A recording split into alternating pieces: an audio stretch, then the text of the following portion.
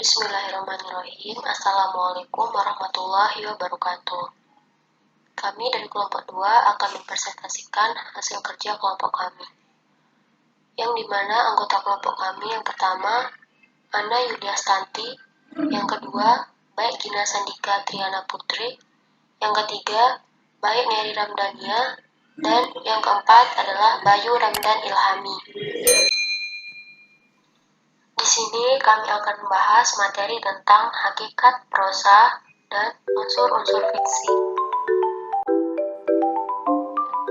Untuk materi pertama akan dibacakan oleh saya sendiri, yaitu Begina Sandika Triana Putri. Pendahuluan. Prosa dalam kesusastraan sering disebut juga dengan istilah fiksi. Kata prosa diambil dari bahasa Inggris, yakni prose. Prosa atau fiksi memiliki arti sebuah karya naratif yang menceritakan sesuatu yang bersifat rekaan, hayalan, tidak berdasarkan kenyataan, atau dapat juga berarti suatu kenyataan yang lahir berdasarkan hayalan. Secara umum, prosa atau fiksi memiliki arti sebuah cerita rekaan yang kisahnya mempunyai aspek tokoh, alur, tema, dan pusat pengisahan yang keseluruhannya dirasakan oleh daya imajinasi pengarang. Yang kedua, hayalan. Beberapa pendapat para ahli. Yang pertama, Sujiman menyatakan bahwa fiksi adalah cerita rekaan, kisah yang mempunyai tokoh, lakuan, dan alur yang dihasilkan oleh daya hayal atau imajinasi.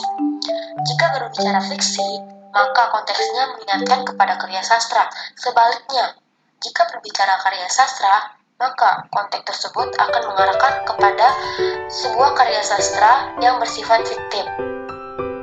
Yang kedua, Mulyadi mengatakan bahwa fiksi atau prosa adalah salah satu jenis genre sastra, di samping genre lainnya. Genre lain yang dimaksud ialah puisi dan drama.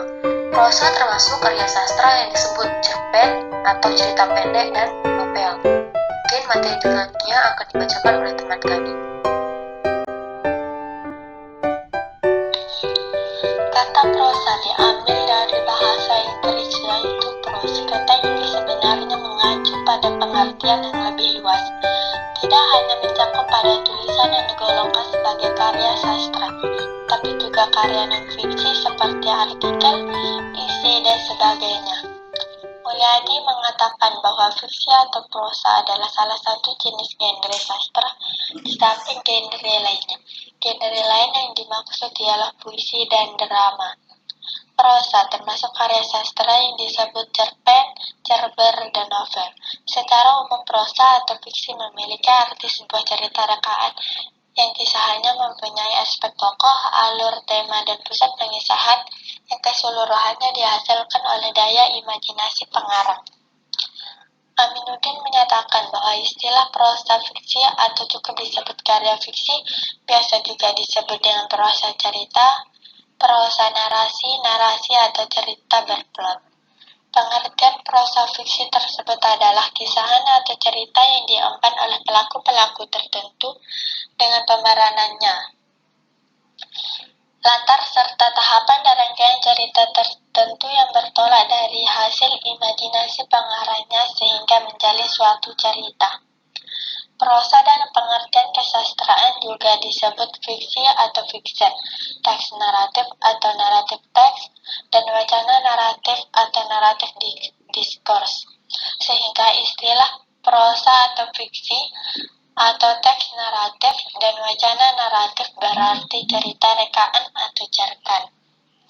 Fiksi merupakan karya naratif yang isinya tidak menyarankan atau tidak mengacu pada kebenaran sejarah. Abraham menyatakan bahwa istilah fiksi sering dipergunakan dalam pertentangannya dengan realitas atau sesuatu yang benar ada dan terjadi di dunia nyata, sehingga kebenarannya pun dapat dibuktikan dengan data empiris. Benar tidaknya, ada tidaknya, dan dapat tidaknya sesuatu yang dikemukakan dalam suatu karya yang dibuktikan secara empiris. Inilah yang membedakan karya fiksi dengan karya non-fiksi. Tokoh, peristiwa, dan tempat yang disebut-sebut dalam fiksi adalah bersifat imajinatif, sedangkan pada karya non-fiksi bersifat faktual. Pengertian prosa. Prosa adalah karangan bebas yang tidak terikat oleh banyaknya baris, banyaknya suku kata dalam setiap baris, serta tak terikat oleh irama dan rimanya seperti dalam puisi. Prosa berbeda dengan puisi karena variasi ritme yang dimilikinya lebih besar, serta bahasanya yang lebih sesuai dengan arti leksikalnya. Kata prosa berasal dari bahasa Latin, prosa yang artinya terus terang. Jenis tulisan prosa biasanya digunakan untuk mendeskripsikan suatu fakta atau ide. Karenanya, prosa dapat digunakan untuk surat kabar, majalah, novel, ensiklopedia, surat, serta berbagai jenis media lainnya. Prosa kadangkala juga disebut dengan istilah gancaran. Karya sastra menurut ragamnya dibedakan atas prosa, puisi, dan drama. Karya sastra fiksi atau biasa disebut cerita rekaan merupakan salah satu jenis karya sastra yang beragam prosa. Adapun pengertian prosa fiksi menurut Aminuddin dalam Juanda dan Iswara adalah kisahan atau cerita yang diemban oleh pelaku-pelaku tertentu dengan pemeran latar serta tahapan dan rangkaian cerita tertentu yang bertolak dari hasil imajinasi pengarangnya sehingga menjalin suatu cerita. Jenis-jenis prosa. Pertama, prosa modern. Yang termasuk dalam prosa modern yaitu A. Cerita pendek atau cerpen. Cerpen adalah cerita berbentuk prosa yang pendek. B. Novelet. Novelet adalah cerita yang panjang, lebih panjang daripada cerpen, tetapi lebih pendek daripada novel. C. Novel atau roman. Novel atau roman adalah cerita berbentuk prosa yang menyajikan permasalahan-permasalahan secara kompleks dengan penggarapan unsur-unsur secara lebih jelas. E. Novel remaja. Novel remaja adalah novel yang ditulis untuk segmen pembaca lebih luas dan rinci. D. Cerita anak. Cerita anak adalah cerita yang mencakup rentang umur pembaca beragam, mulai rentang 3-5 tahun, 6-9 tahun, dan 10-12 tahun, bahkan 13-14 tahun remaja. Prosa lama. Yang termasuk dalam prosa lama yaitu A. Dongeng. Dongeng adalah cerita yang sepenuhnya merupakan hasil imajinasi atau khayalan pengarang di mana yang diceritakan seluruhnya belum pernah terjadi. B. Fable. Fable adalah cerita rekaan tentang binatang dan dilakukan atau para pelakunya binatang yang diperlakukan seperti manusia. Contoh, cerita si kancil yang cerdik, kera penipu, harimau, dan lain-lain. C. Hikayat. Hikayatlah cerita baik sejarah maupun cerita roman fiktif yang dibaca untuk melipur lara, pembangkit semangat juang, atau sekedar untuk meramaikan pesta. Contoh hikayat Hang Tuah, hikayat 1001 Malam, dan lain-lain. D. Legenda. Legenda adalah dongeng tentang suatu kejadian alam, asal-usul suatu tempat, benda, atau kejadian di suatu tempat atau daerah. Contoh, asal mula Tangkuban Perahu, Maling Kundang, asal mula Candi Prambanan, dan lain-lain. E. Mite. Mite adalah cerita yang mengandung dan berlatar belakang sejarah atau yang sudah dipercaya orang banyak. Cerita tersebut pernah terjadi dan mengandung hal-hal gaib dan sekitar luas. Contoh, Nyi Roro Kidul. F. Cerita penggeli hati. Suatu puisi diilustrasikan dengan cerita yang terlihat karena terdapat dalam hampir semua budaya rakyat. Cerita-cerita ini mengandung unsur komedi atau kelucuan, omong kosong, kemustahilan, ketololan, dan kandungan. tetapi biasanya mengandung unsur kritik terhadap perilaku manusia atau masyarakat. Contohnya adalah Cerita Si Kebayan, Pak Belalang, Lebay Malam, dan lain-lain. G. Cerita perumpamaan. Cerita perumpamaanlah dongeng yang mengandung kaisan atau ibarat, yang berisian nasihat dan bersifat mendidik atau mencontoh. Orang pelit akan dinasihati dengan cerita seorang haji bakti unsur.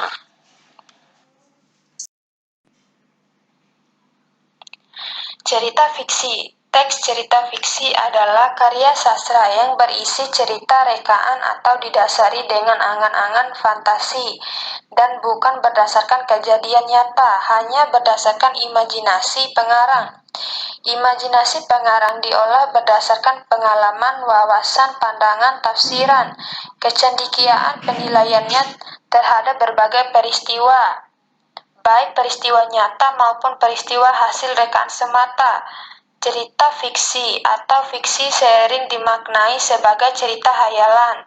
Secara umum, fiksi lebih sering dikaitkan dengan secara pendek atau novel, karya fisik, sebagaimana bentuk karya sastra yang lainnya. Seperti drama dua dan puisi dibangun atas unsur-unsur yang juga menandai kekhasannya bentuk karya tersebut. Dalam cerita fiksi, unsur-unsur pembangunan antara lain adalah plot, karakter, tema, latar. A. Unsur-unsur cerita fiksi. Berikut ini unsur-unsur intrinsik yang membangun cerita fiksi di mana unsur ini ada di dalam cerita fiksi. 1. Tema, yaitu gagasan dasar umum yang menopang sebuah karya sastra dan yang terkandung di dalam teks. 2. Tokoh, yaitu pelaku dalam karya sastra. Karya sastra dari segi peranan dibagi menjadi dua, yakni tokoh utama dan tokoh tambahan. 3. Alur atau plot, yaitu cerita yang berisi urutan kejadian, namun tiap kejadian itu hanya dihubungkan secara sebab akibat. Peristiwa yang satu disebabkan atau menyebabkan peristiwa yang lain. 4. Konflik, yaitu kejadian yang tergolong penting, merupakan sebuah unsur yang sangat diperlukan dalam mengembangkan plot. 5. Klimaks, yaitu saat sebuah konflik telah mencapai tingkat intensitas tertinggi dan saat itu merupakan sebuah yang tidak dapat dihindari. 6. Latar, yaitu tempat, waktu, dan lingkungan sosial tempat terjadinya peristiwa-peristiwa yang diceritakan. 7. Amanat, yaitu pemecahan yang diberikan pengarang terhadap persoalan di dalam sebuah karya sastra.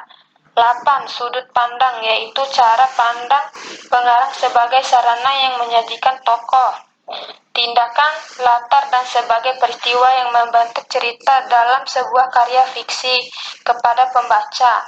9. Penokohan, yaitu teknik atau cara-cara penampilan tokoh.